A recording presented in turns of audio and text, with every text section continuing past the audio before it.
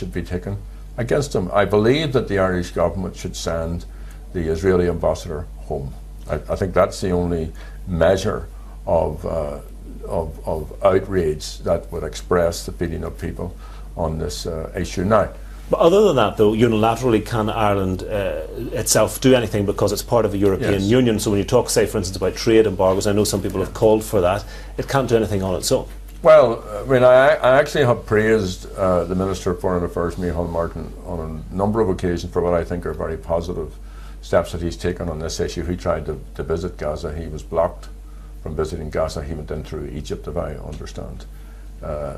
Now, what the Irish government needs to do is to take up leadership position on this issue, is to go to the European Union, is to propose measures which are not about sanctions against the people of Israel or indeed against the Israeli government, but about bringing a peace process which is based upon equality and which is moving towards a peace settlement as opposed to a process which doesn't go anywhere. And one of the things, I've been there 3 times, I've only been in Gaza once, but one of the things that I found was that everybody I spoke to and listened to, and we spoke to a wide range of people, they could tell you the nature of the settlement, right down to the detail.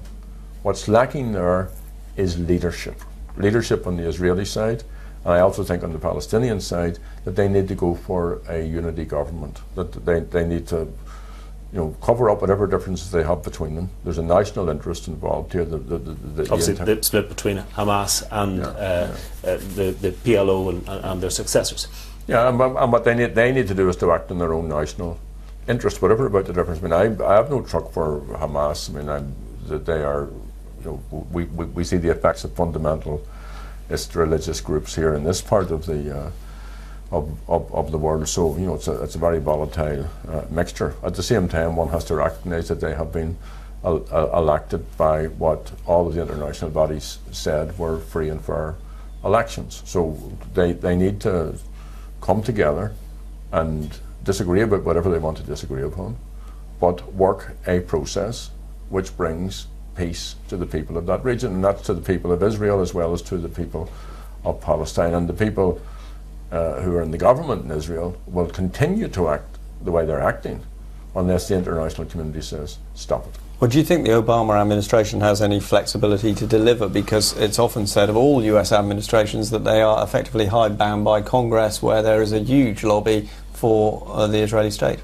Well, I think that Senator Mitchell, and I think that also Hillary Clinton, given their experience here and given the skills which he brought to the job here, can create conditions where real talks can commence and where there is real and tangible progress. So yes, I think that the Obama administration can, and I have been advised that they are going to continue to work on this issue until they bring it to a resolution. But there needs to be clarity. Acts of piracy should not be part of any process, and where you have what we saw in the early hours of the other morning happening, then there needs to be very, very clear and transparent measures taken to prevent that happening again. We saw before, whenever George Mitchell was visiting, he postponed his visit to Israel because of the building of settlements, and then went ahead with it later when there was seemed to be a sort of ambiguous delay in the building of those settlements.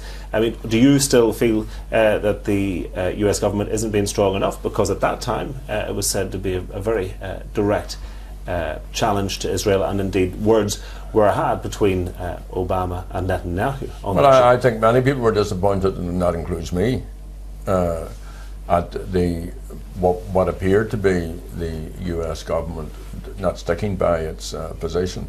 I don't blame George Mitchell about that, because his job was to try and facilitate talks, and probably working on the notion that if you get some sort of talks started, then that's the beginning of a process, however difficult it may be. But look, these settlements are as big as Bangor. When you hear the word settlement, you think, like a Wild Westy type ramshackle, temporary these are huge, and what is all the more pitiable is that they're cheek and jowl with refugee camps. So we have millions of people living as refugees, and you have these settlements being built as part almost of an extension of Israeli policy, where they're invading in right-wing settlers, very fundamentalist Zionists, to build very elaborate townships, but also to build their own roads, which Palestinians aren't allowed onto, that these cut across Palestinian land.